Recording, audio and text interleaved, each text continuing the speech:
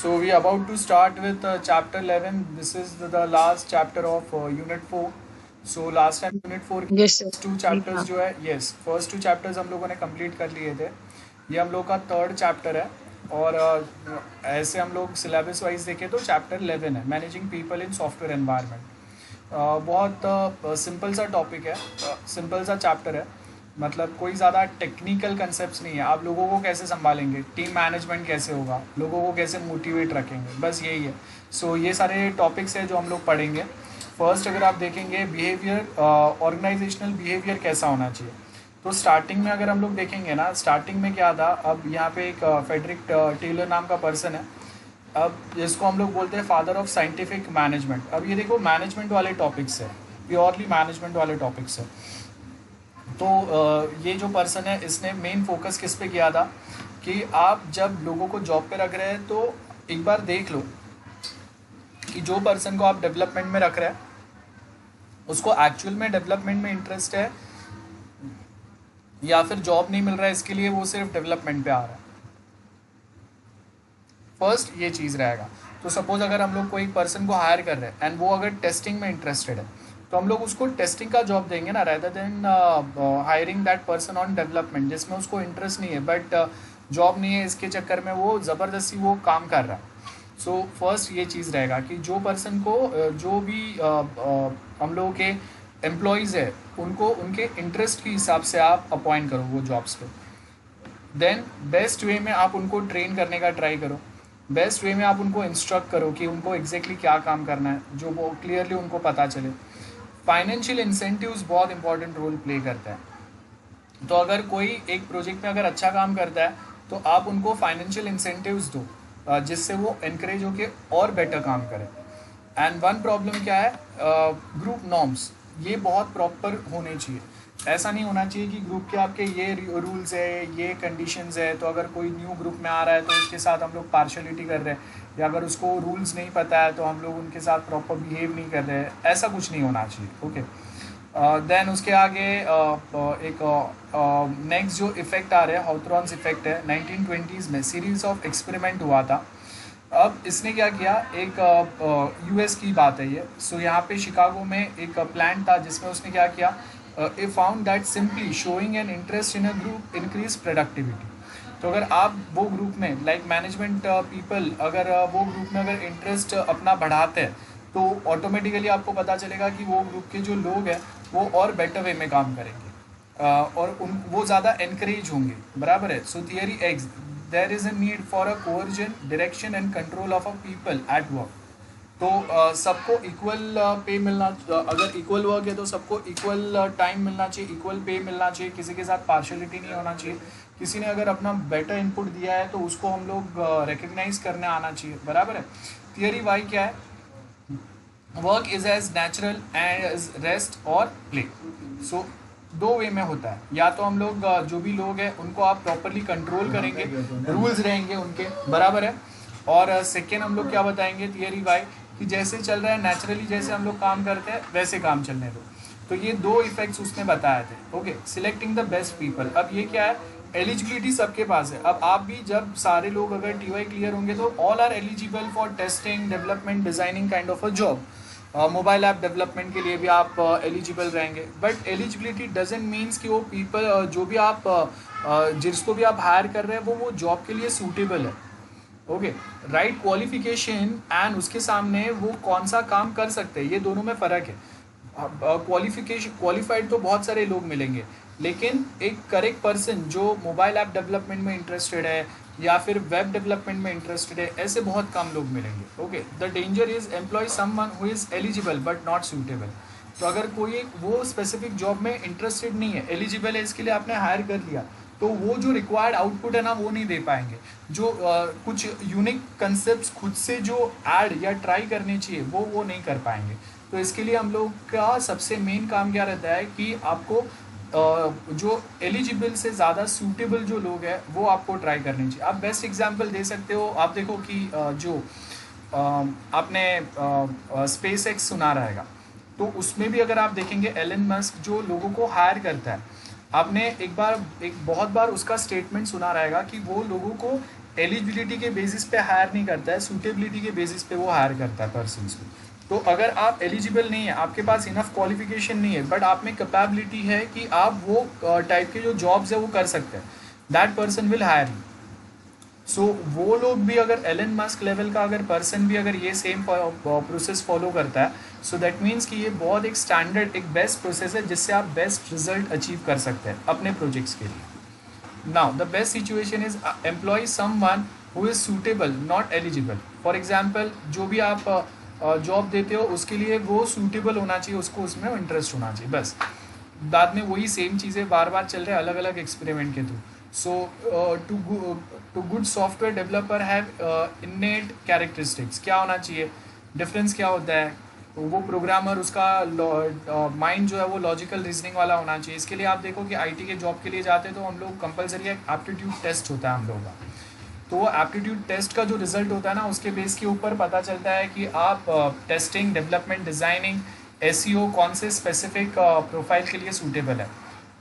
So selection process कैसे चलता है, जब से सबसे पहले तो जॉब स्पेसिफिकेशन निकालेंगे हम लोग, उसके आगे जो जॉब होल्डर है उसका प्रोफाइल क्या है वो देखेंगे हम लोग, जो एप्लीकेंट है उनका हम लोग प्रॉपर सीवी देखेंगे, और वो कैंडिडेट के पास ऐसा कोई पोटेंशियल है, मतलब स्टार्टिंग में ऐसे उसने कोई कोडिंग कंपटीशन में कभी पार्टिसिपेट किया है, कॉलेज के इवेंट्स में कहीं पे ऐसा कुछ किया है, उसने खुद से कोई टीवाई का प्रोजेक्ट कौन से लेवल पे बनाया है, उसको अपने खुद के टीवाई के प्रोजेक्ट्स का कितना नॉलेज है, उसका कोडिंग का उसके पास कितना क्लैरिफिकेशन है, ये देखेंगे हम लोग। और उसके बाद इंटरव्यू प्रोसेस जो हम लोग का चलता है वो, और बाकी के जो मेडिकल प्रोसेसेस और ये वो जो चलता है वो तो अलग हो गया। Okay, instruction in best method, the induction of new staff should be carefully plan, worst case where new recruit is simply ignored and not given any task.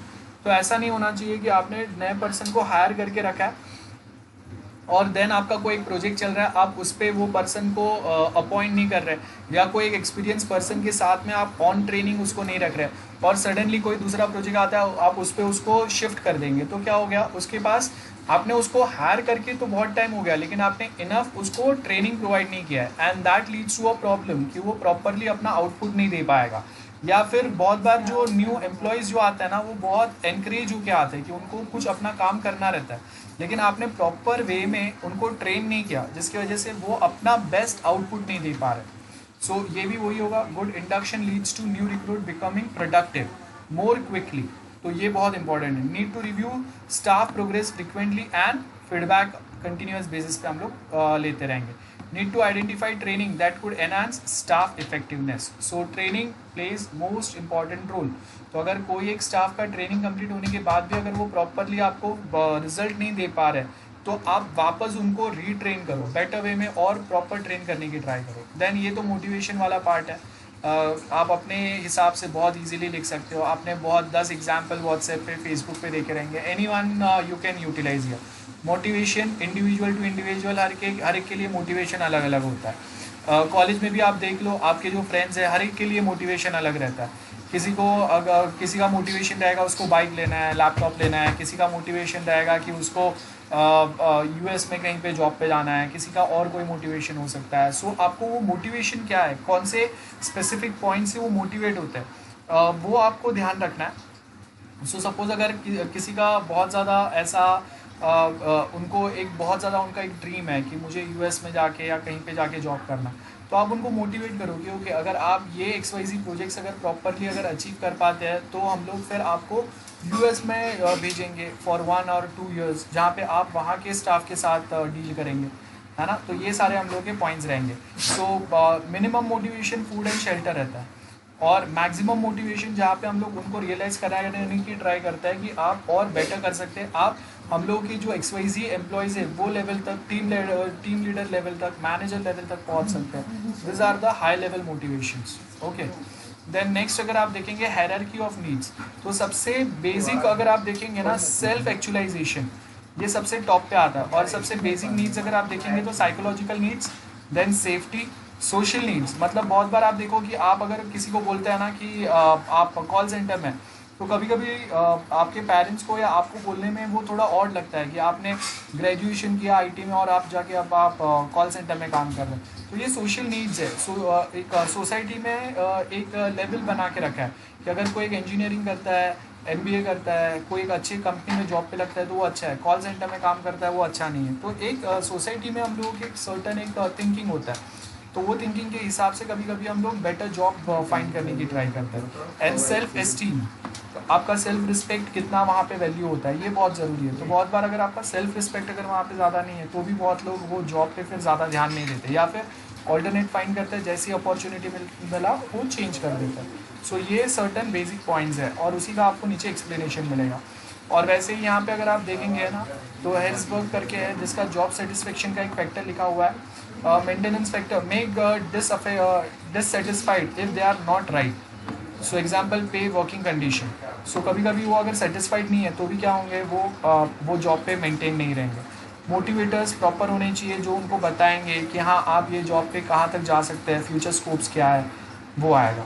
Broom and colleagues का identified their influence on motivation. Expectancy क्या है, believe क्या है, better performance आप कितना add कर सकते हैं। Instrumentally the believe that better performance will be rewarded, ये होना चाहिए कि आप जितना बेटर करते हैं आपको हम लोग कहीं ना कोई एक वे में आपको और मोटिवेट करते हैं, वो जो भी आपने एफर्ट्स डाले उसको हम लोग और बेटर वे में रिवॉर्ड करने का ट्राई करेंगे। So this are the basic points.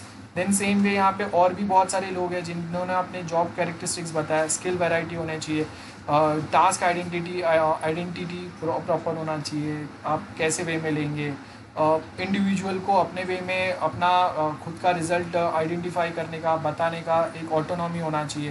Continuous feedback loop चलना चाहिए जिससे हम लोग प्रॉपरली आइडेंटिफाई कर पाएंगे कि वो कितना बेटर वे में काम कर रहे हैं, कितने अच्छे वे में काम कर रहे हैं, वो होगा। जॉब सेटिस्फेक्शन इम्प्रूव करने के लिए एक गोल सेट करो कि अगर आप ये प्रोजेक्ट पे ये लेवल तक काम कर रहे हैं तो आप हम लोग आपको ये यहाँ तक प्रमोट कर पाएंगे, है ना। फीडबैक लेते रहेंगे, जॉब को हम लोग हमेशा रीडिज़ाइन करते रहेंगे सो दैट उनको हमेशा कुछ ना कुछ यूनिकनेस मिलता रहे अपने एग्जिस्टिंग जॉब में, सो दैट थोड़े टाइम के बाद वो बोर ना हो जाए कि रोज़ आके एक ही काम करना है।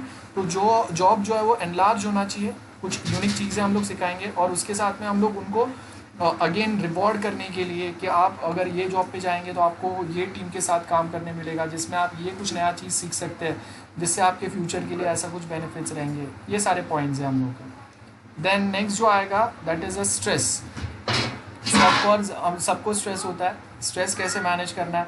आप यहाँ पे जापान का भी एग्जांपल दे सकते हो जहाँ पे जॉब स्टार्ट करने के पहले ही आप देखो कि वहाँ पे वो योगा रहता है, उनका मेडिटेशंस कुछ होते हैं, कुछ एक्सरसाइजेस कराते हैं। देन अपने यहाँ पे भी बहुत सारे आईटी कंपनीज़ है जहाँ पे अगर आप बहुत टाइम अगर आपने जॉब किया है तो आप उसमें इन बिटवीन ब्रेक लेके आप जाके थोड़ा सा प्ले स्टेशन या कैरम, चेस ऐसे अलग अलग गेम्स खेल सकते हैं। अलग से आपके लिए वहाँ पे रूम्स रहते हैं जहाँ पे जाके आपको चाहिए तो आप एक पावर नैप ले सकते हैं। सो ऐसे बहुत सारे अलग अलग वेज रहते हैं स्ट्रेस मैनेजमेंट के लिए। तो ये सालों से चलते आ रहा है। यहाँ पे आपको अलग अलग सर्टन थियरीज मिलेंगे, आपको एक दो याद रखना है, बाकी आप अपने हिसाब से वहाँ पे बता सकते हैं क्योंकि ये बहुत कॉमन से टॉपिक है जो डे टू डे लाइफ में हम लोग डिस्कस करते हैं। So stress can be reduce by good project management. तो प्रोजेक्ट मैनेजमेंट मतलब अगर आपने बहुत इक्वली प्रॉपरली अगर काम सबका डिवाइड किया हुआ है ना तो कोई एक के ऊपर ज़्यादा बर्डन नहीं आएगा। तो कोई एक ज़्यादा स्ट्रेस में और कोई एक बहुत मज़े कर रहा है वैसा नहीं होगा। तो सबके पास जब इक्वली काम एक डिवाइडेड रहेगा तो अगर आप देखेंगे तो हर कोई जो है ना वो एक प्रॉपर वे में अपना आउटपुट दे पाएगा, बराबर है। तो कहीं पे किसी के भी रोल में कन्फ्यूजन नहीं होना चाहिए कि ये काम ये करने वाला था उसके साथ ये भी करने वाला था, या सिर्फ इसने ये काम किया दूसरे ने नहीं किया, ऐसा नहीं होना चाहिए। और आपस में जो टीम मेंबर्स है उनके बीच में कन्फ्लिक्ट्स कम होने चाहिए। सो कन्फ्लिक्ट्स और कन्फ्यूजन जितना कम रहेगा उतना आपका जो टीम मेंबर्स है उनके स्ट्रेस लेवल मेंटेन रहेंगे और वो बेटर वे में काम कर पाएंगे। सो स्ट्रेस मैनेजमेंट के लिए हम लोग क्या करेंगे, रिलैक्सेशन, मेडिटेशन, वही है। देन आप जब उनके साथ बिहेव करते हैं तो आप बेटर वे में बिहेव करो, उनका हेल्थ एंड सेफ्टी का ध्यान रखो, वही अच्छी बात है। So this are those points. Ethical and professional concerns. Ethical क्या करेक्ट है, क्या रॉन्ग है, क्या राइट है इन मैनेजमेंट लेवल, वो आपको देखना चाहिए। हर एक का क्या रिस्पॉन्सिबिलिटी होना चाहिए, हर एक जो ऑर्गेनाइजेशन में हर एक जो इंडिविजुअल पर्सन है उसका हर एक का अपना खुद का एक रिस्पॉन्सिबिलिटी होता है। तो आपको आइडेंटिफाई करने आना चाहिए कि हर एक अपना रिस्पॉन्सिबिलिटी को प्रॉपरली हैंडल कर पाए, बराबर है। Then responsibility relating to your profession और कॉलिंग, ये भी होना चाहिए। ऑर्गेनाइजेशनल एथिक्स क्या रहेंगे, स्टेक होल्डर्स के कुछ अपने थियरीज रहते हैं, हर एक के अपने कुछ के ड्यूटीज़ रहते हैं, हर एक कोई अपने लीगल रिक्वायरमेंट्स बताता है, तो वो यहाँ पे मैच हो रहे हैं नहीं हो रहे। देन जो बिजनेसेस रहते हैं उनके बीच में कॉम्पिटिटिव लेवल का रिलेशन होना चाहिए, लेकिन वो पर्सनल लेवल तक नहीं आना चाहिए। ये ऑर्गेनाइजेशनल एथिक्स होते हैं कि आप उनके कोई एम्प्लॉयज़ को आप ब्राइब करके उनके कुछ डिटेल्स निकालने की ट्राई कर रहे हो, ऐसा नहीं होना चाहिए।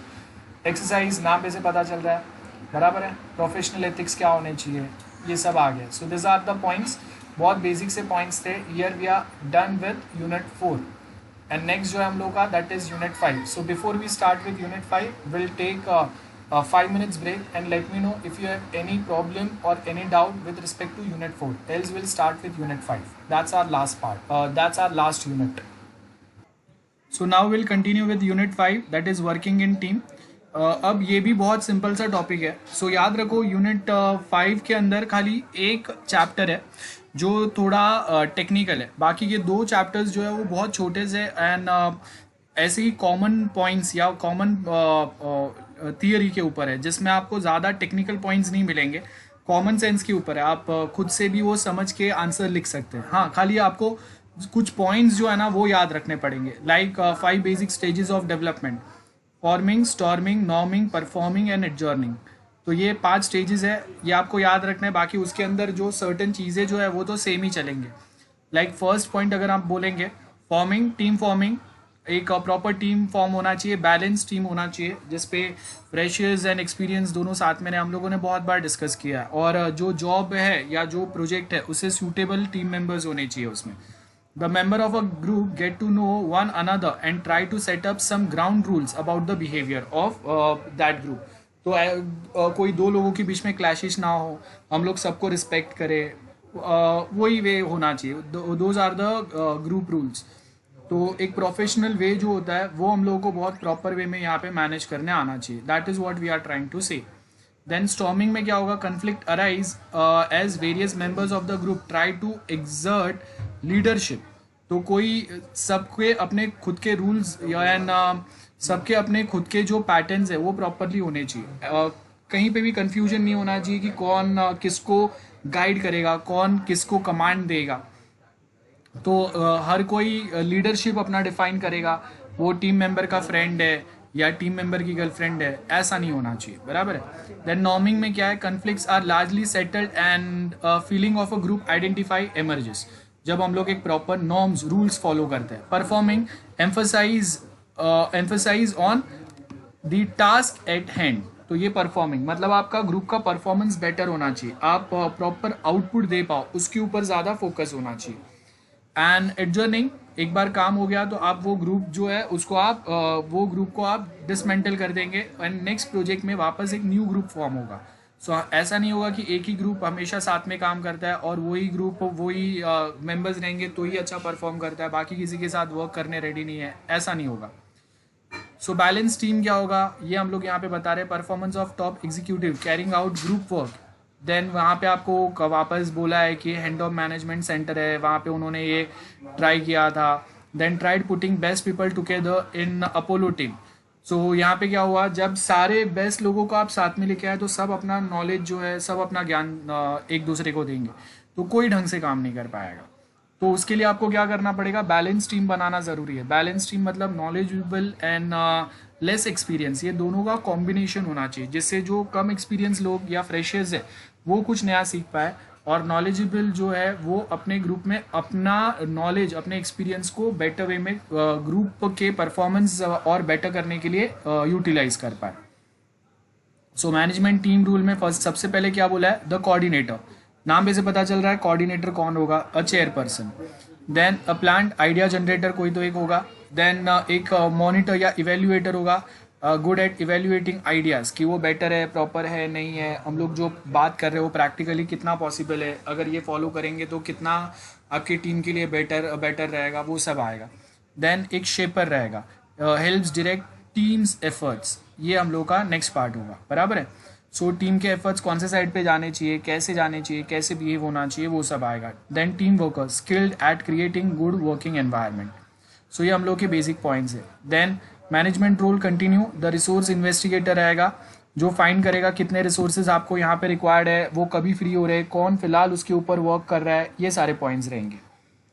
देन नेक्स्ट का आपको क्या बोला है, complete finisher concern with getting task completed. तो कोई तो एक पर्सन रहेगा जिसका काम क्या रहेगा, ट्राई करो कि जो भी टास्क है वो हम लोग ऑन टाइम जल्दी से जल्दी कंप्लीट कर सके। ओके ये होगा। देन नेक्स्ट क्या है, इम्प्लीमेंटर है जो टास्क है उसको बेटर वे में इम्प्लीमेंट सक्सेस तक पहुंचाने का ट्राई करेगा। देन स्पेशलिस्ट रहेगा जिसके पास नॉलेज रहेगा, तो अगर हम लोग कभी अगर कहीं पे अटकते हैं, कोई प्रॉब्लम बग्स एरर्स आते हैं, तो वो टाइम पे स्पेशलिस्ट हम लोग को हेल्प करेगा। Group performance, again group performance में हम लोग क्या बात करेंगे, additive task, the efforts of each participant is combined. ये है तो हर एक ने अपना कुछ ना कुछ एफर्ट्स दिया है, हर एक को आपको वैल्यू करना है। Then compensatory task, individual group members are some errors of some compensated for by judgment of others। तो अगर किसी ने कोई मिस्टेक किया है तो ऐसा नहीं है कि हम लोग उसको जज करेंगे कि भाई तेरे वजह से ग्रुप में बहुत ज़्यादा प्रॉब्लम हो गया, हम लोग को एक्स्ट्रा काम करना पड़ा, एक्स्ट्रा टास्क करना पड़ा, ज़्यादा टाइम वर्क करना पड़ा, ये नहीं होना चाहिए। तो ऐसे जजमेंट्स नहीं होने चाहिए। और ग्रुप में किसी से मिस्टेक हो सकता है, कभी कभी हम लोग भी हो सकते हैं वो पोजीशन पे, तो आपको सबको साथ में कोऑपरेट करके काम करना है। सो यहाँ पे एग्जाम्पल दिया हुआ है हम लोगों को, क्या बोला है, example of an additive task. Additive मतलब हर कोई अपने थोड़ा थोड़ा एफर्ट्स डालेंगे तो आप फाइनली कोई एक बड़ा टास्क अचीव कर पाएंगे। In practice this might be some diseconomies of the scale if there are too many people involve. तो ऐसा भी नहीं होना चाहिए आपने पूरा एक झुंड बना लिया है, ग्रुप एक सिलेक्टिव लोगों का ग्रुप रहेगा जिसमें हम लोग के जो काम के लोग हैं वो ही रहेंगे और उतने को ही हम लोग प्रॉपरली मैनेज कर पाएंगे, है ना। कंपेंसेटरी टास्क में क्या होगा, using groups of a developer to estimate the development efforts needed to develop new software component. Now disjunctive task क्या होगा, there is only one corrective answer, someone must come up with the right answer और persuade the other that they are right. So इसको disjunctive task बोलते हैं, नाम भी से पता चल रहा है, बराबर है। कम up with the right answer और वो या कोई दूसरा या वो बोलेंगे कि हम लोग राइट है। देन कंजेक्टिव टास्क में क्या होगा, only finished when all components have been completed. So यहाँ पे हम लोग क्या बोल रहे हैं, काम कब खत्म होगा, जब सारे टास्क कंप्लीट हो जाएंगे। सो ये हम लोग का बेसिक पॉइंट्स है। सोशल लूफिंग क्या होता है, tendency for some team participant to coast and let others do the work. तो होता है ना कभी कभी अपना काम भी दूसरे पे धकेलते हैं और फिर वो खुद जो है वो मज़े लेंगे।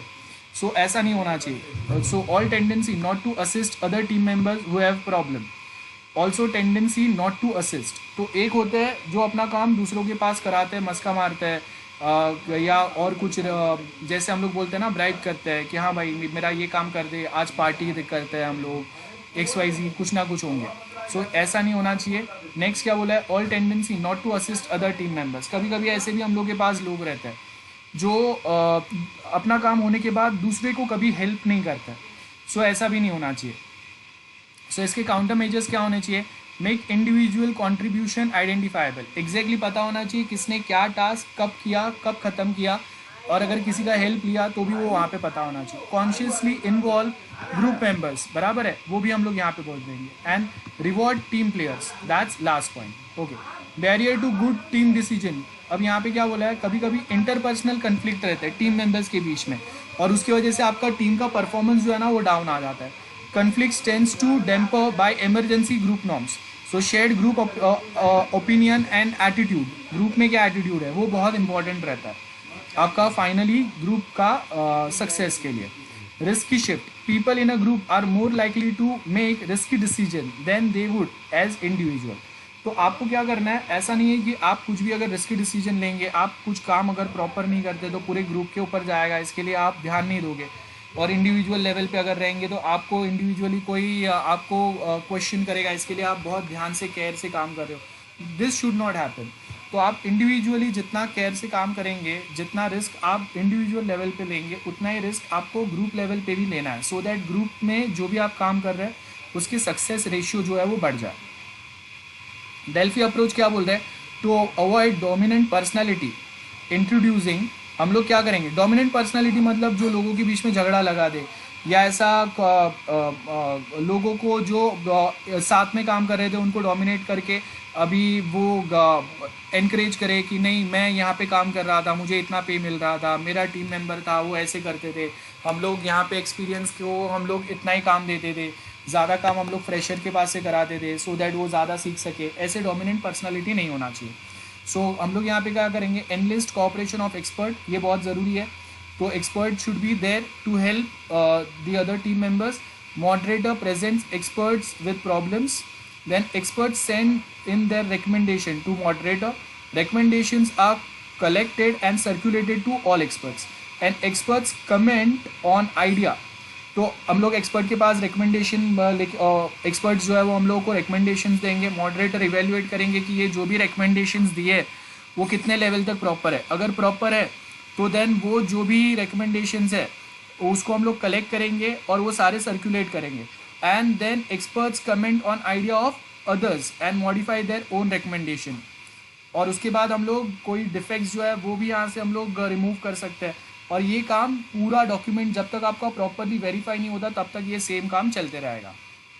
तो हेडफुलनेस क्या होता है, देखो यहाँ पे क्या बोला है, when group members are aware of the activity of other members that contributed to the overall group success, बराबर है। Impression of an collective mind, ये बहुत ज़रूरी है। कोई एक का ही ग्रुप में चल रहा है, वही जो काम कर रहा है उसी को ज़्यादा वैल्यू मिल रहा है, ऐसा नहीं होना चाहिए।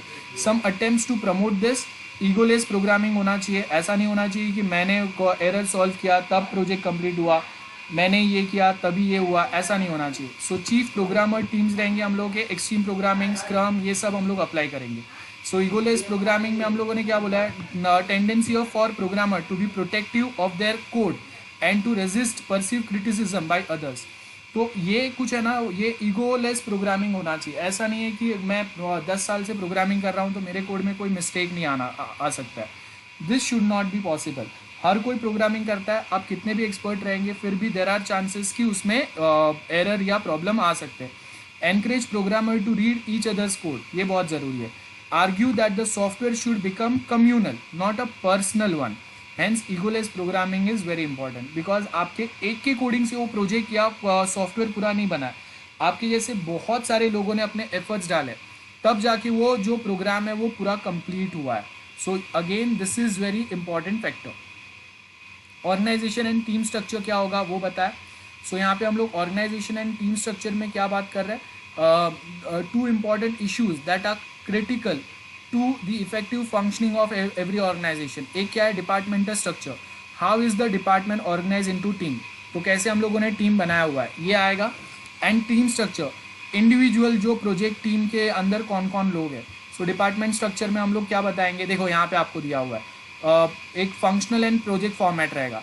तो फंक्शनल में हम लोग टॉप मैनेजमेंट रहेगा और टॉप मैनेजमेंट के अंदर यहाँ पे आपके फर्स्ट प्रोजेक्ट टीम रहेगा, सेकंड प्रोजेक्ट टीम रहेगा, ऐसे अलग अलग प्रोजेक्ट टीम रहेंगे जो अपने अपने अपडेट्स जो है वो टॉप मैनेजमेंट को हैंड ओवर करेंगे। एंड देन यहाँ पे नेक्स्ट अगर हम लोग देखेंगे तो नेक्स्ट हम लोग के पास कौन है, यहाँ पे टॉप मैनेजमेंट है। टॉप मैनेजमेंट के नीचे अभी यहाँ पे फंक्शनल ग्रुप्स है। तो we have functional groups like requirement gathering, designing, coding, testing, ये सब है। और उसके हिसाब से फिर हम लोग के पास मल्टीपल टीम्स है। So suppose we have one team who is working on designing and database handling, then we have second team who is working on testing and database handling, और we have third team who is working on requirement gathering and designing। so ऐसे हम लोग के पास अलग अलग multiple teams हो सकते हैं। that is what we are trying to emphasize here। so functional versus project format क्या होगा। यहाँ पे सबसे पहले हम लोगों ने क्या बोला है, फंक्शनल में क्या होंगे, फंक्शनल के अंदर अगर आप देखेंगे तो टॉप मैनेजमेंट रहेंगे और प्रोजेक्ट टीम रहेंगे और फिर वो प्रोजेक्ट टीम्स आपस में काम कर रहे हैं। ज़्यादा डिटेल यहाँ पे ज़्यादा डिटेलिंग यहाँ पे नहीं दिया हुआ है। और सेकेंड जो फंक्शनल ऑर्गेनाइजेशन है, सॉरी प्रोजेक्ट ऑर्गेनाइजेशन में ये काम चलता है। और फंक्शनल ऑर्गेनाइजेशन में हर एक का फंक्शन जो है ना वो बहुत प्रॉपरली क्लियरली डिफाइंड है। यहाँ पे अगर आप देखेंगे फंक्शनल वर्सेस प्रोजेक्ट फॉर्मेट, तो सबसे पहले हम लोगों ने क्या बोला है, ease of staffing, production of good quality document, because document जितना क्लियर रहेगा उतना हम लोगों को और बेटर वे में समझेगा कि हम लोगों को एग्जैक्टली क्या काम करना है। जॉब स्पेशलाइजेशन, ये बहुत ज़रूरी है। Efficient handling of problems associated with man power, ये होना चाहिए। करियर प्लानिंग प्रॉपर होना चाहिए सो दैट उनको पता चलेगा कि वो कौन से प्रोजेक्ट्स पे काम करेंगे तो उनका करियर ग्रोथ और कितना बेटर हो सकता है। That is also very important. So यहाँ पे अगर आप देखेंगे मैट्रिक्स कैसे बनता है, we have a project and उसमें हम लोग के पास फंक्शनल ग्रुप्स है. तो यहाँ पे हम लोग के पास फंक्शनल मैनेजर्स है जो डिफाइन करेंगे कि कौन से प्रोजेक्ट मैनेजर के पास कौन सा फंक्शन जाएगा और उसके ऊपर कौन काम करेगा. ओके, ये आपका पॉइंट रहेगा. Then next we have team structure. So will take 5 minutes break, then वापस टीम स्ट्रक्चर से हम लोग डिस्कशन स्टार्ट करते हैं. Next part is team structure. So यहाँ पे फर्स्ट आपको क्या बोला है, टीम स्ट्रक्चर हम लोग के 3 टाइप के होने चाहिए. एक डेमोक्रेटिक टीम होगा, मतलब 3 टाइप के होते हैं, इसमें से आप कौन सा डिफाइन करेंगे, it's up to us. So first जो है वो है डेमोक्रेटिक, जिसके अंदर everyone will get right to speak. हर एक के पास अपने खुद के राइट्स रहेंगे. Like we have democracy in India, तो exactly same way democratic team रहेगी. So everyone is equal in a team, that's what we are trying to say. Then एक चीफ प्रोग्रामर वाला टीम रहेगा जिसमें वो टीम लीडर रहेगा और बाकी सब जो है उसके गाइडेंस के अंदर काम करेंगे. एंड एक जो होगा वो मिक्स टीम रहेगा जिसमें फ्रेशर्स एंड एक्सपीरियंस सब साथ में काम करेंगे. तो अगर चीफ प्रोग्रामर टीम है उसके अंदर क्या रहेगा, we have project manager, then उसके नीचे हम लोग के पास यहाँ पे टीम मेंबर्स है. सो हर एक टीम मेंबर क्या क्या काम कर रहा है वो सारे अपने रिपोर्ट्स जो है वो reporting daily base as well as weekly base पे एक रिपोर्टिंग जो है वो प्रोजेक्ट मैनेजर के पास जाएगा. So this is the scenario. Democratic team जहाँ पे अगर आप देखेंगे every other team member can communicate with every other team member. So ये बेनिफिट होता है इसका, as you can see here. So team members communication path बहुत क्लियर रहता है. Everyone is equal in that team, so everyone can communicate. Okay, so यहाँ पे हर कोई अपने आइडियाज़, अपने कुछ थॉट्स है, अपने कुछ पॉइंट्स है वो बाकी टीम मेंबर्स के साथ डिस्कस कर सकता है. आफ्टर दैट नेक्स्ट जो हम लोग के पास है that is a mixed team. So mixed team में अगर आप बात करेंगे सो उसमें क्या होगा, we have a project manager. Project manager के आगे हम लोग के पास यहाँ पे अगर आप देखेंगे सीनियर कोई मेंबर्स रहेंगे टीम के, और वो सीनियर मेंबर्स जो है तो हम लोग टीम मेंबर्स जो है they can communicate among themselves, बराबर है. एंड देन वो अपना जो भी वर्क है उसका रिपोर्टिंग जो है वो आगे ये सीनियर मेंबर्स को देंगे. And then this senior members can discuss among themselves and final reporting जो है वो प्रोजेक्ट मैनेजर के पास जाएगा. So this is what we mean by mix team, ऐसा होगा. देन एक्सट्रीम प्रोग्रामिंग क्या होता है, ऑलरेडी मैंने आपके साथ डिस्कस किया हुआ है, हम लोगों ने स्क्रम एक्सट्रीम प्रोग्रामिंग ये पढ़ा हुआ है. सो ये मैं वापस आपको एक्सप्लेन नहीं कर रहा हूँ. एक्सट्रीम प्रोग्रामिंग के अंदर क्या होगा, हम लोग कोई एक प्रोजेक्ट में क्या लेवल तक का डॉक्यूमेंटेशन, क्या लेवल तक के हम लोग टेस्टिंग, बाकी के जो कोई एक प्रोजेक्ट को होगा उतना और बेटर बनाना, that is what we mean by extreme programming. So existing उसके कुछ लूप्स, बग्स या कुछ लूप होल्स रहेंगे. टेक्नोलॉजिकली अगर वो सॉफ्टवेयर अगर थोड़ा बैकवर्ड हो गया है तो उसको हम लोग और बेटर बनाने का काम करेंगे. सो ये सारे पॉइंट्स जो है एक्सट्रीम प्रोग्रामिंग में आएंगे. For example if you talk about extreme programming with respect to Windows operating system, so Windows XP है जिसके ऊपर हम लोगों ने एक्सट्रीम प्रोग्रामिंग अप्लाई किया, मतलब एग्जिस्टिंग कोड को और हम लोगों ने बेटर बनाने का ट्राई किया. उसमें हम लोग ने बग फिक्सिंग अप्लाई किया. कुछ कहीं पे उसका प्रोसेस अगर कहीं पे लैग हो रहा था उसको हम लोगों ने और बेटर बनाया, जिससे आपका एग्जिस्टिंग सॉफ्टवेयर जो है वो और बेटर टू बेटर बनते गया. ठीक है, और उसमें अगर आप देखेंगे तो एडवांस फीचर्स या एडवांस टेक्नोलॉजी टूल्स जो है वो हम लोग ऐड करते गए. So we can take example कि जब हम लोगों ने विंडोज़ XP के ऊपर एक्सट्रीम प्रोग्रामिंग अप्लाई किया, then we came up with Windows 7, then उसके बाद विंडोज़ 8, विंडोज़ 10. सो आप देखो कि जो टच स्क्रीन फैसिलिटी जो है वो विंडोज़ 7 में या वहाँ कहीं पे नहीं था, जो हम लोगों को विंडोज़ 8, 8.1 एंड विंडोज़ 10 पे मिला. सिमिलरली हम लोग के पास क्लाउड फैसिलिटी जो है वो विंडोज़ 7 या XP में नहीं था, जो वहाँ पे अगेन अपडेट हुआ. देन मैनी डिफरेंट फीचर्स जो आपको स्टार्टिंग में विंडोज़ 7 या XP पे नहीं मिले थे, जो आपको विंडोज़ 8, 8.1 एंड 10 में मिलता है. सो वो एक्सट्रीम प्रोग्रामिंग का बेनिफिट है कि जहाँ पे हम लोग बेसिकली क्या करते हैं, एग्जिस्टिंग आपका जो सॉफ्टवेयर है उसका लेगेसी फॉलो करके आपके सॉफ्टवेयर को और बेटर और एफिशिएंट और एडवांस बनाने का ट्राई करता है.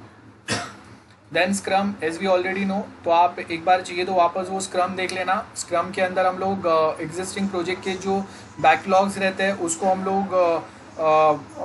हम लोग रेक्टिफाई, उसको हम लोग फास्टर पेस पे कंप्लीट करने का ट्राई करते हैं with the help of a sprint meeting. Sprint का मतलब क्या होगा, something which we try to complete at a faster rate, बराबर है. इसके लिए स्प्रिंट मीटिंग चलेगा. सो प्रीवियस आपने जो डेवलपमेंट्स किए उसके अगर कुछ बैकलॉग्स अगर बाकी है तो उसको भी हम लोग यहाँ पे कवर अप करने का ट्राई करते हैं. ये डायग्राम ऑलरेडी हम लोगों ने डिस्कस किया था, वो सेम पॉइंट्स यहाँ पे। सो ये मैं वापस रिपीट नहीं कर रहा हूँ, आप वो सेम लेक्चर्स रिविजिट कर सकते हो। Coordination of dependencies. Dependencies, as you can see, provide discussion on team headfulness, focus mainly in communication inside the team. So dependency मतलब अगर कोई मल्टीपल टीम्स है या टीम मेंबर्स है जिनका एक दूसरे के ऊपर वर्क जो है वो डिपेंडेंट है, तो किसी एक का टास्क जब तक कंप्लीट नहीं होता कोई दूसरा अपना टास्क स्टार्ट नहीं कर सकता या कंप्लीट नहीं कर सकता, या फिर सब जब एक साथ अपना टास्क को साइमल्टेनियस कंप्लीट करेंगे तब जाके हम लोग का गोल जो है वो अचीव होगा। So we should have some sort of communication between team members and other teams जो वो सेम प्रोजेक्ट पे काम कर रहे हैं। तो कोऑर्डिनेशन थियरी जो है उसमें अगर आप देखेंगे सबसे पहले तो शेयर्ड रिसोर्सेज रहेंगे। सो यहाँ पे अगर आप देखेंगे कि बहुत बार क्या रहता है, we might be facing scarcity of resources. तो ये स्कैरसिटी ऑफ रिसोर्सेज में प्रॉब्लम क्या होता है कि हम लोग जब कोई एक रिसोर्सेज यूज़ कर रहे हैं साइमल्टेनियसली वो सेम रिसोर्सेज जो है वो मल्टीपल प्रोजेक्ट्स पे यूटिलाइज हो रहा है, तो आपके पास बहुत लिमिटेड टाइम है या कभी कभी आपको वो रिसोर्सेज मिल ही नहीं रहे बिकॉज कोई दूसरे प्रोजेक्ट का डेडलाइन है, तो बिकॉज ऑफ विच आपको टाइम क्रंच हो रहा है या रिसोर्सेज जो है वो ज़्यादा नहीं मिल पा रहे हैं एंड उसकी वजह से आपका प्रोजेक्ट जो है वो ऑन टाइम सक्सेसफुली कंप्लीट नहीं हो पाता है। देन नेक्स्ट हम लोग क्या बात करेंगे, producer customer right time relationship. A product project activity में depend on the product being delivered first. तो ये भी अगेन है कि आप जो कस्टमर को जो प्रोजेक्ट प्रोवाइड कर रहे हैं उनका उन्होंने जो ऑर्डर किया था वो फाइनल प्रोडक्ट जो आप उनको प्रोवाइड कर रहे हैं वो ऑन टाइम प्रोवाइड करना बहुत ज़्यादा ज़रूरी है, बिकॉज अगर आप वो उनको ऑन टाइम प्रोवाइड नहीं करेंगे then that to create a problem, because जब उनको एक्चुअल में ज़रूरत था वो टाइम पे आपने वो सॉफ्टवेयर को डिले कर दिया एंड बिकॉज ऑफ विच उनको बहुत सारे फाइनेंशियल लॉसेस भी हो सकते हैं, मार्केट में उनके कॉम्पिटिटर्स उनसे ज़्यादा आगे निकल सकते हैं, तो ऐसे बहुत सारे प्रॉब्लम्स हो सकते हैं। Then task sub task dependency, in order to complete a task sequence of sub task have to be carried out. So कोई एक बड़ा टास्क कंप्लीट करने के लिए आपको उसके छोटे छोटे टास्क ऑन टाइम कंप्लीट करना बहुत ज़रूरी है, तब जाके वो बड़ा टास्क या बड़ा जो प्रोजेक्ट है वो कंप्लीट होगा। देन नेक्स्ट आपको क्या बोला है, एक्सेसिबिलिटी। सो आपके पास जो इंटरनेट अगर रिक्वायर्ड है, laptops, other softwares, other services, so ये जो है इसका राइट प्लेस पे एक्सेसिबिलिटी बहुत ज़रूरी है। अगर वर्क फ्रॉम होम कर रहे हैं तो वो टाइम पे भी आपके पास वो सारे सॉफ्टवेयर्स, वो प्रोजेक्ट फोल्डर्स, उसके बाकी resources should be accessible so that आप अपना काम ऑन टाइम कंप्लीट कर पाए। This type of dependency is more of relevance of activities that are required movements over a large geographical area, but arranging delivery and installation of IT equipment might be identifiable as such. तो आपको एक fast internet connection suppose अगर required है because आपको cloud से बहुत ज़्यादा data upload करना है या वहाँ से आपको लाना है जिसको आप प्रोसेस करेंगे और उसके बेस के ऊपर आपका रिजल्ट जनरेट हो रहा है, सो ये भी होगा। यूजेबिलिटी, राइट थिंग्स, बराबर है। सो यूजेबिलिटी मतलब यहाँ पे हम लोग क्या बोल रहे हैं, broader concern that the design of user interface. So exactly user maximum अपने रिक्वायर फीचर्स को बहुत ऑन टाइम प्रॉपरली एक्सेस कर पाए, ये अगेन बहुत इंपॉर्टेंट है। Related to general question of fitness for the purpose, for example satisfaction of business requirements. Again यहाँ पे देखो आपको क्या बोला है, बिजनेस रिक्वायरमेंट मतलब एग्जैक्टली उनके बिजनेस प्रोसेस के लिए जो काम के फंक्शंस है एग्जैक्टली वो ही काम के फंक्शंस आपको वहाँ पे इम्प्लीमेंट करने हैं। If there are two such functions which are not related और which are not required for their business purpose, उनको हटा दो, ये सबसे इंपॉर्टेंट रहेगा। Then fit requirement, this is ensuring different system component work together effectively. Here we are talking about mobile app, websites, cloud, database, everything should be synchronized in a proper manner. तो अगर आपने suppose उसमें embedded systems add किया है जिससे आप कोई hardware के थ्रू भी अपने सिस्टम्स को कंट्रोल कर रहे हैं, तो वो जैसे if we have big servers for banking systems and at same point of time we are also performing some transaction with the help of ATM machines. So ATM के थ्रू मतलब ATM machines को आपको control करने के लिए एक software required रहेगा, so that is a embedded system. अब वो ATM के थ्रू अगर आप कोई ट्रांजेक्शन कर रहे हैं साइमल्टेनियसली आप अपने मोबाइल या लैपटॉप से ट्रांजेक्शन कर रहे हैं, तो ये सारे जो कंपोनेंट्स हैं ये सारे साथ में इफेक्टिवली काम करने चाहिए। इट शुड नॉट हैपन कि अगर मैं एटीएम से कोई ट्रांजेक्शन कर रहा हूँ वो मेरे सिस्टम में आफ्टर 1 और 2 मिनट्स रिफ्लेक्ट कर रहा है. यू कैन जस्ट इमेजिन कि अगर वो 1-2 मिनट के डिले के बाद अगर रिफ्लेक्ट करेगा तो कितना प्रॉब्लम हो सकता है. सपोज अगर मेरे अकाउंट में 50,000 या 1 लाख है, मैंने एटीएम से ट्रांजेक्शन किया, मैंने 50,000 सपोज कैश में निकाला. अब ये मेरे डेटाबेस पे डायरेक्टली रिफ्लेक्ट नहीं कर रहा एक्टिव टाइम पे, इफेक्टिवली वर्क नहीं कर रहा है.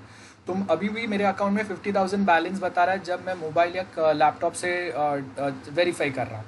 सो अब मैंने क्या किया, 50,000 एटीएम से निकाला. At same point of time I make a transaction from my mobile and at same point of time I again make one more transaction from my laptop. So आप देखो कि जब ये अलग अलग जो डिवाइसेस या सिस्टम्स है, ये सारे कंपोनेंट्स जब एक साथ कंबाइन वर्क नहीं कर रहे, सो एक 50,000 में 3 टाइम अलग अलग ट्रांजेक्शन करके 1,50,000 मेरे अकाउंट से विड्रॉ कर सकता हूँ. So that will badly hamper the performance और that will spoil any XYZ institution और बैंक. सो इसके लिए आपके सारे जो सिस्टम्स है या components of one system should work very effectively for real time performance. ये बहुत ज़रूरी है. देन नेक्स्ट हम लोग यहाँ पे क्या बात कर रहे हैं, वाई वर्चुअल प्रोजेक्ट्स. सो यहाँ पे क्या बोला है, physical needs of a software developer according to IBM क्या बोला है, आपके पास एक अच्छा सा एक फ्लोर स्पेस होना चाहिए. उसके बाद आपके पास एक वर्क स्पेस अपना खुद का डेस्क होना चाहिए एंड उसके बाद वहाँ पे ज़्यादा नॉइज़ ना हो, ऐसा होना चाहिए. सो बेसिकली हम लोग क्या बोल रहे हैं, वर्चुअल प्रोजेक्ट्स पे अगर हम लोग काम कर रहे हैं तो आपको ये अलग से ऑफिस, अपने डेस्क या उसके पे आपको अलग से बाकी की जो फैसिलिटीज़ है ये सब की ज़रूरत नहीं है. आप एक अपने घर से भी ये सेम काम कर सकते हैं. तो आप अपने घर के कंफर्ट में ये सेम काम कर सकते हैं. तो ये और बेटर रहेगा कंपनी के लिए as well as for you. तो पॉसिबल एडवांटेज क्या रहेंगे, can use staff from developing countries. अलग अलग कंट्रीज से हम लोग उनको कॉल कर सकते हैं. सो इट माइट पॉसिबल कि आपके आधा डेवलपमेंट टीम, डिज़ाइनिंग टीम आपका रशिया में है, डेवलपमेंट टीम इंडिया में, डेटाबेस टीम फ्रांस में एंड आपका फाइनली जो मार्केटिंग टीम है वो US में. So this thing might possible. और आपको अगर पता रहेगा, we basically use GitHub for the same purpose. सो we can create one project folder on GitHub and we can share the same resources or same services with rest other teams जो आपके अलग अलग remote places पे रहेंगे. So possible advantages, अलग अलग country से आप लोगों को कॉल कर सकते हैं. That is the best example. India में IT इंडस्ट्री जो इतना बूमिंग है, सो मोस्ट ऑफ प्रोजेक्ट्स जो US ऑस्ट्रेलिया UK से जो आउटसोर्स होते हैं, they basically landed in India and that is the main reason कि हम लोगों के पास इतने जॉब वैकेंसीज इंडिया में होते हैं. आप जो ज़्यादातर IT इंडस्ट्री में जाके जॉब करते हैं तो वो जो प्रोजेक्ट्स होते हैं वो सारे इंडियन कंपनीज़ के लिए या इंडियन क्लाइंट्स के लिए नहीं रहते. वो बेसिकली आउटसोर्स किया हुआ रहता है from different countries. And that's why आप देखो कि बहुत बार अगर US अगर अपने कंट्री में वर्क परमिट्स के ऊपर कोई रिस्ट्रिक्शंस लगाता है तो उसका मेन इम्पैक्ट जो है वो इंडिया में IT इंडस्ट्री पे आपको दिखता है. देन नेक्स्ट अगर आप देखेंगे, can use short term contracts as well, that is reduction in overhead related to use of premises. बराबर है. Then reduction in staff cost, training, holidays, pension etcetera. तो ये जो है ये भी आपके टर्म कॉन्ट्रैक्ट्स हो सकते हैं. तो ये भी कभी कभी एडवांटेज भी हो सकता है, ये कभी कभी डिसएडवांटेज भी हो सकता है. तो अगर आप लिमिटेड स्टाफ को बुला रहे हैं या आप एक बहुत सिलेक्टिव स्टाफ को रख रहे हैं और उन्हीं को ही बेस्ट वे में आप ट्रेन कर रहे हैं, तो उससे भी यहाँ पे बेनिफिट्स रहेंगे. ओके. देन नेक्स्ट अगर आप देखेंगे फर्दर एडवांटेज क्या हो सकते हैं, productivity of home worker can be higher because आप जब अपने घर से काम कर रहे हैं तो आपको ट्रैवलिंग नहीं करना है. सो बहुत बार आप अगर मुंबई का ही एग्जांपल ले लो, अगर हम लोग अगर बोरीवली से या विरार से अगर कोई बंदा अगर बांद्रा दादर तक पहुंच रहा है तो अगर वो ट्रेन से ट्रैवल कर रहा है तो आधा उसका जो एनर्जी है वो वहाँ पे वेस्ट हो गया. सो आप वो टाइम भी बचा सकते हैं और प्लस वो अपने घर के कंफर्ट से काम करेगा तो उनका आउटपुट जो है वो और बेटर हो सकता है. Can advantage of time zone differences as well. For example हम लोग ओवरनाइट सिस्टम टेस्टिंग भी कर सकते हैं. तो हम लोग कोई जो हम लोग के क्लाइंट्स हैं उनको हम लोग नाइट शिफ्ट में डालेंगे so that they can coordinate with US team जो एक्चुअल में वो टाइम पे वो सिस्टम या सॉफ्टवेयर यूज़ कर रहे हैं और हम लोग नाइट शिफ्ट में यहाँ पे वो सेम सिस्टम को टेस्ट कर रहे हैं या वो जब यूज़ कर रहे हैं तो उनके क्या फीडबैक्स है वो हम लोग यहाँ पे मेजर कर रहे हैं. सम चैलेंजेस अगर आप देखेंगे तो क्या है, work environment have to be carefully specified, procedure need to be formally documented और वही सेम पॉइंट्स है.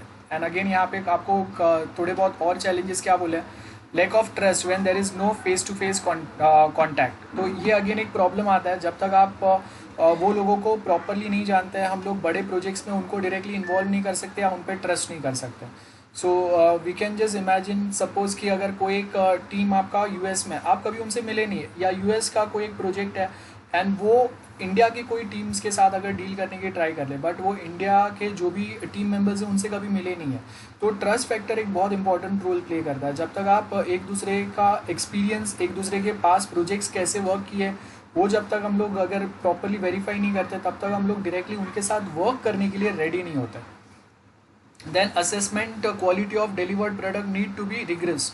कंटिन्यूसली आप मॉनिटर करते रहो। सो मेंटेनेंस टास्क जो रहता है वो इसके लिए रहता है, बिकॉज एक कंटिन्यूस टेस्टिंग, एक कंटिन्यूस मॉनिटरिंग चलते रहे and at any point of time अगर क्लाइंट के साइड से कुछ ओके, नॉर्मल सिनारियोज में क्या होता है, एक टिकट रेज होता है जो क्लाइंट्स या कस्टमर्स रहते हैं। if we have handed over them any software, or if they face any issue with any XYZ function which is there, or any XYZ unit or a module of the same software, they can raise a ticket।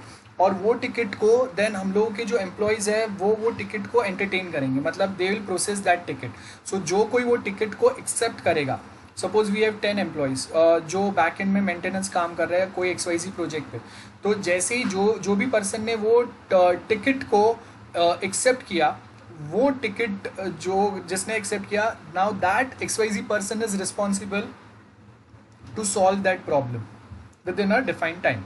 अगर वो एक specified time में अगर वो ticket अगर resolve नहीं होता है, ticket means we are talking about the complain और an issue registered from the customer side और अ क्लाइंट साइड, तो आपको वो टिकट या वो कंप्लेन को आपको सॉल्व करना पड़ेगा with in a given time, like 48 hours या फिर 72 आवर्स। और अगर बड़ा इशू है तो हम लोग अपने बाकी टीम मेंबर्स के साथ डिस्कस करके उनके पास से कोई एक्स्ट्रा टाइम या एक्स्ट्रा ह्यूमन रिसोर्स हम लोग डिमांड कर सकते हैं, जो साइमल्टेनियसली वो सेम इशू पे एक साथ काम करके मिनिमम टाइम में हम लोग उसको रिजॉल्व करने की ट्राई करेंगे। And at same point of time आपको क्लाइंट को भी उसका अपडेट देना है कि आपने जो प्रोजेक्ट है वो आपने कितने टाइम में बनाना या उसको सॉल्व करना चालू किया, और आप कब तक उसको रिजॉल्व करके फाइनल आउटपुट या फाइनल एक बग फिक्सिंग का रिपोर्ट आप हैंड ओवर करेंगे। और ये report management as well as client दोनों को जाएगा, जिससे पता चलेगा कि क्लाइंट का फीडबैक अगर कुछ निगेटिव भी आता है तो हम लोगों को एग्जैक्टली पता रहेगा कि क्यों क्लाइंट का फीडबैक निगेटिव आ रहा है और उसके क्या रीजंस हैं। सो यहाँ पे आप देखो, अगर हम लोग को बोला है different time zone can cause communication and coordination problem, because हम लोग यहाँ पे जो टाइम पे काम कर रहे हैं वहाँ वो टाइम पे वहाँ पे रात होगा, और जब वो काम करते रहेंगे तब यहाँ पे रात होगा। तो जो टाइम जो हम लोग की वर्किंग आवर्स है वो टाइम पे वो अवेलेबल नहीं है, और वो जब अवेलेबल है तब हम लोग अवेलेबल नहीं है। So that might create a problem, और इसकी वजह से बहुत बार हम लोग ऐसे कोई शिफ्ट रखते हैं जो सपोज वीकली बेस पे हम लोग नाइट शिफ्ट में काम कर रहे हैं एंड नेक्स्ट वीक वो लोग नाइट शिफ्ट में काम कर रहे हैं। सो ये वे में हो सकता है जिससे हम लोग ये प्रॉब्लम्स जो है वो सॉल्व हो सकता है। ओके, टाइम प्लेस कंस्ट्रेंट्स में अगर आप देखेंगे सेम टाइम सेम प्लेस, तो आप मीटिंग इंटरव्यू बहुत ईजिली कर सकते हैं। और अगर सेम टाइम और डिफरेंट प्लेस है तो चैटिंग है, वीडियो कॉलिंग है, वीडियो मैसेजिंग है, बहुत सारे पॉइंट्स हो सकते हैं। सेम प्लेस डिफरेंट टाइम, सो हम लोग एक नोटिस बोर्ड रख सकते हैं, हम लोग एक अपडेट सेंड कर सकते हैं। एंड अगर different place and different times है तो वो टाइम पे हम लोग ईमेल, वॉइस मेल्स या अलग पैटर्न्स जो हम लोग के रहेंगे, जैसे गिटहब है तो वहाँ पे अगर मैं कुछ अपडेट्स करता हूँ तो आपको पता चलता है कि आपका प्रोजेक्ट का जो वर्जन है वो चेंज हो गया है। तो आप जैसे ही अपने अपने एंड से वो प्रोजेक्ट पे वर्क करना चालू करेंगे, आप सबसे पहले वो प्रोजेक्ट को आप अपने साइड से क्या करेंगे, अपडेट करेंगे। सो सपोज आज जब मैंने फाइनली वो प्रोजेक्ट कंप्लीट किया, वो टाइम पे उसका वर्जन था 2.0। अब उस दिन अभी जिस किसी ने भी वर्क किया उस पर, उसके बाद उसका जो वर्जन है वो चेंज हो गया 2.1, 2.2 या ये हो जाएगा। तो आप जब वापस वो प्रोजेक्ट ऑन करेंगे तो आपको वहाँ पे पता चलेगा कि वो जो प्रोजेक्ट है उसमें कुछ चेंजेस हुए हैं या नहीं, और एग्जैक्टली कौन से फाइल में चेंजेस हुए हैं वो भी वहाँ पे एक्सक्लेमेशन साइन के थ्रू आपको पता चलेगा। Okay, so this are the basic points. Other factor influencing communication में क्या रहेगा, size and complexity of information. So बहुत बार आप हर एक चीज़ डॉक्यूमेंट के थ्रू मेंशन करके बता दे या उसके थ्रू सामने वाले जो आपके बाकी के जो टीम्स है रिमोट प्लेस पे उनको भी समझ में आ जाए, ये पॉसिबल नहीं है।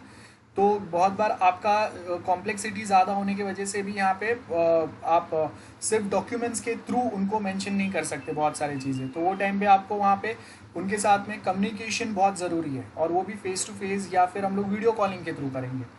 ओके, बहुत बार जो सर्टेन टर्मिनोलॉजी आपने यूज़ किया है अपने डॉक्यूमेंट्स, ईमेल में, वॉइस मेल में, वो टर्मिनोलॉजीज के साथ में ज़्यादा कंफर्टेबल नहीं रहेंगे, तो भी वो कम्युनिकेशन गैप हो जाएगा, क्योंकि उनको एग्जैक्टली समझ में ही नहीं आ रहा है। ओके, और नेक्स्ट क्या है, पर्सनली सेंसिटिव में हम लोग क्या बात करेंगे, फेस टू फेस कम्युनिकेशन। तो ये हम लोगों का एक बेस्ट मेथड रहता है जब हम लोग कोई कॉम्प्लेक्स टास्क एक्सप्लेन करने का ट्राई करता है। So best method of communication depends on the stages of project. Early stages में हम लोग क्या करेंगे, जो टीम मेंबर्स है उनके बीच में ट्रस्ट होना चाहिए, एक कंटेक्स्ट प्रॉपर होना चाहिए कि एग्जैक्टली क्या बनाने वाले हैं और क्यों बनाने वाले, एंड उसके साथ में एक ग्लोबल डिस्कशन होना चाहिए, मतलब सारी टीम साथ में मिलके अपने अपने एंड से अपने इनपुट्स देंगे, अपने एक्सपीरियंस के हिसाब से बताएंगे। Favour same time and same place, ये बहुत ज़रूरी है। सो बिकॉज डिस्कशन अगर अलग अलग टाइम पे होगा, that to create a problem. Intermediate stage में क्या बोला है, often involves parallel detail design of components. Intermediate stage मतलब इन बिटवीन जब आप काम कर रहे हैं, तो अगर डिज़ाइनिंग प्रोजेक्ट्स का अगर साथ में चल रहा है ना, तो हम लोगों को एग्जैक्टली पता रहेगा कि हम लोग क्या डेवलप कर रहे हैं, और ये डेवलपमेंट में और चीज़ें आगे बढ़ाने के लिए आपको कहाँ कहाँ पे वापस क्या क्या चेंजेस की ज़रूरत रहेगी। So need for a clarification of interfaces. Again कोई एक इंटरफेस अगर बहुत ज़्यादा डिफ़िकल्ट है, जो यूज़र्स यूज़ नहीं कर पा रहे, then to it's create a problem, बराबर है। तो यूज़र फ्रेंडलीनेस बहुत इंपॉर्टेंट है। बहुत बार आप देखो कि कोई एक सिस्टम्स या सॉफ्टवेयर इतने ज़्यादा कॉम्प्लेक्स या यूज़ कस्टमर्स या यूज़र्स को यूज़ करने के लिए इतने ज़्यादा डिफिकल्ट हो जाता है कि उनको पता ही नहीं चलता है कि कौन से फंक्शंस हम लोग कैसे यूटिलाइज कर पाएंगे। सो वही है। देन नेक्स्ट जो है, different stages of project would favour different modes of communication. तो कौन सा है, सबसे पहला इम्प्लीमेंटेशन स्टेज है। डिज़ाइन इज़ रिलेटिवली क्लियर, ये होना चाहिए। डोमेन एंड कंटेक्स्ट जो है वो बहुत क्लियर होना चाहिए। डोमेन मतलब एग्जैक्टली हम लोग को पता होना चाहिए हम लोग क्या पर्पस कौन से काम के लिए बना रहे हैं, और उसके साथ में कंटेक्स्ट क्या है, तो एग्जैक्ट कौन से फंक्शंस कितने बनेंगे, कौन से मॉड्यूल कौन से यूनिट में एग्जैक्टली कितने फंक्शंस लगेंगे, ये सब बहुत क्लियरली पता होना चाहिए। Small amount of operational data need to be exchanged. Favour different time place communities, for example email के थ्रू हम लोग ये सेम चीज़ें अपडेट कर सकते हैं, और कभी कभी फेस टू फेस मीटिंग्स या कोऑर्डिनेशन की भी ज़रूरत होती है। ये पॉइंट्स हो गए। ओके, नेक्स्ट हम लोग का कम्युनिकेशन प्लान है। Will take 5 minutes break, then वापस कंटिन्यू करता है। नाउ कम्युनिकेशन प्लान्स में आपको क्या बोला है, as we have seen choosing a right communication method. Right communication method मतलब video calling, email system, face to face communication, कौन सा मेथड यूज़ करेंगे ये बहुत ज़रूरी है। सो कम्युनिकेशन प्लान्स, कौन से टाइम पे आप किससे कम्युनिकेट करेंगे, और जो भी आपने कम्युनिकेशन किया उसके रिकॉर्ड्स रखना बहुत ज़रूरी है। So stages of creating a communication plan, identify all major stakeholders of a project, ये फर्स्ट रहेगा। Create a plan for a project, second रहेगा। Identify stakeholder and communication needs for each stage of a project, कि हम लोग क्या बना रहे हैं, क्या डिज़ाइन किया हम लोगों ने, आपने जो रिक्वायरमेंट्स दिए थे उससे ये कितने लेवल तक मैच कर रहा है, कुछ चीज़ अगर मिसिंग है तो हम लोग डिज़ाइनिंग फेज़ में ही उसको मॉडिफाई कर देंगे। ये सारे पॉइंट्स रहेंगे यहाँ पे। Then documents in communication plan में हम लोग क्या बोल रहे हैं यहाँ पे, लास्ट वाला अगर आप पार्ट देखेंगे तो कंटेंट ऑफ कम्युनिकेशन प्लान में हम लोग बोलेंगे what that is this contains the name of a particular communication event like kick off meeting। kick off meeting किसको बोलते हैं हम लोग, जब आपने अपना जो भी मेन आपका प्रोजेक्ट डॉक्यूमेंट बना है, वो प्रोजेक्ट डॉक्यूमेंट को हम लोगों ने अपने सारे कलीग्स और एक्सपर्ट्स के साथ में शेयर किया है। अब आप वो जो प्रोजेक्ट बना रहे हैं उसके ऊपर आपको ज़्यादा एक्सपीरियंस नहीं है, तो हम लोग क्या करेंगे, वो प्रोजेक्ट डॉक्यूमेंट को हम लोग अपने सारे जो कलीग्स हैं वो सबके साथ शेयर करेंगे, सो दैट वो अपने रिव्यूज़, अपने फीडबैक दे पाए, और वो जो रिव्यूज़ एंड फीडबैक देंगे उसके बेस के ऊपर देन हम लोग डिसाइड करेंगे कि आपको प्रोजेक्ट डॉक्यूमेंट जो अभी आपने बनाया उसमें कहाँ कहाँ पे चेंजेस की ज़रूरत है, और अगर वहाँ पे और कहीं पे अगर चेंजेस की ज़रूरत है तो वो सेम चेंजेस हम लोग अगेन यहाँ पे ऐड करने का ट्राई करेंगे। सो ये पैटर्न चलेगा। हु और टारगेट कौन रहेगा, the target audience for the communication कौन रहेगा वो हम लोग बताएंगे। पर्पस, मेन हम लोग कम्युनिकेशन जो अचीव कर रहे हैं उसका मेन पर्पस क्या है, हम लोग एग्जैक्टली क्या अचीव करने का ट्राई कर रहे हैं वो आएगा। when and frequency, if the communication is by means of single event, then date can be supplied if this event is recurring one, such as a progress meeting of a frequency should be indicated, and type and method the nature of communication ये भी होगा।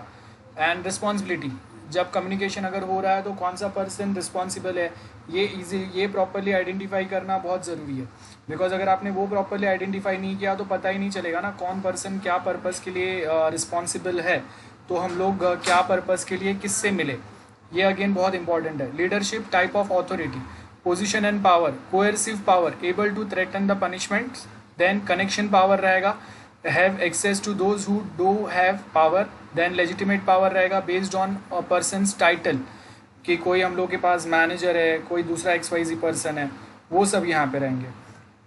उसके आगे reward power, able to reward those who comply with the orders. So ये certain points रहेंगे हम लोग के। ओके, नेक्स्ट अगर आप देखेंगे, नेक्स्ट हम लोग क्या बोले, लीडरशिप, टाइप्स ऑफ लीडरशिप कौन से रहेंगे, तो एक हम लोग के पास एक्सपर्ट पावर रहेगा। एक्सपर्ट पावर में हम लोग क्या बात कर रहे हैं, expert power holder can carry are specialise task that are at hand, तो एक्सपर्ट्स रहेंगे जिनका हम लोग डायरेक्टली जिनसे हम लोग डायरेक्टली कोऑर्डिनेट कर सकते हैं। Information power holder access to needed information. Referred power based on the personal attractiveness और करिश्मा, तो ये रेफरेंट पावर रहेगा। सो यहाँ पे लीडरशिप स्टाइल अगर आप देखेंगे, इम्प्लीमेंटेशन एंड डिसीजन मेकिंग, तो ऑटोक्रेट हो सकता है। ऑटोक्रेट मतलब वो जैसे बोलेंगे वैसे ही आपको फॉलो करना है, और दूसरा डेमोक्रेट रहेंगे जहाँ पे सबके पास पावर रहेगा अपने अपने पॉइंट्स रखने का। So we have this two types here. So directive रहेंगे, अगर डायरेक्टिव एंड ऑटोक्रेट्स है इसका मतलब क्या रहेगा कि वो आपको डायरेक्शन बताएंगे और वो जो बताएंगे उसके हिसाब से ही चलना है। डायरेक्टिव एंड डेमोक्रेट्स रहेंगे तो एक डायरेक्शन है, अब आप अपने हिसाब से कम्युनिकेट करो, और उसमें अगर आपको लगता है कि हाँ कुछ करेक्ट है कुछ रॉन्ग है तो वो हम लोग अगेन यहाँ पे डिसीजंस लेंगे। देन परमिसिव है एंड ऑटोक्रेट्स है, and same way permissive and democrats होंगे। सो लीडरशिप स्टाइल में देखो यहाँ पे क्या बोला है, task orientation, focus on the work in hand. People orientation रहेगा, आपस में जो टीम मेंबर्स हैं उनके बीच में कोऑर्डिनेशन कितना बेटर है इसके ऊपर फोकस रहेगा। Where there is uncertainty about the way job is to be done और a staff are inexperience, they welcome task oriented supervision, and uncertainty is reduced, people orientation are more important. So these are the main points. And risk, that with reduction of uncertainty, तो यहाँ पे हम लोग exactly कहाँ पे risk हो सकता है, कौन से टास्क पे हम लोगों को ज़्यादा फोकस करना है, ये सारे पॉइंट्स पे आएंगे। So managers have time on their hands and become more task oriented, जहाँ से हम लोग को एग्जैक्टली पता चलेगा कि ओके यहाँ से हम लोग किसको इन्वॉल्व करेंगे, कौन हम लोगों को बेटर वे में हेल्प कर सकता है, etcetera etcetera. This are the points जिस पर हम लोग के फोकस रहेंगे। सो यहाँ पे हम लोग का चैप्टर 12 कंप्लीट होता है। Chapter 13 is software quality. So अब मैं यहाँ पे चैप्टर 13 फिलहाल के लिए स्टार्ट नहीं कर रहा हूँ। हम लोग ये जो भी पॉइंट्स है उसमें कुछ डाउट्स है तो बोलो, बिकॉज चैप्टर 13 पे वापस हम लोग के सर्टन दूसरे पॉइंट्स रहेंगे तो हम लोग उसके ऊपर भी फोकस करना ज़रूरी है हम लोगों को। तो फिलहाल मैं चैप्टर 13 स्टार्ट नहीं कर रहा हूँ, आज के लिए हम लोग चैप्टर 12 तक रखते हैं।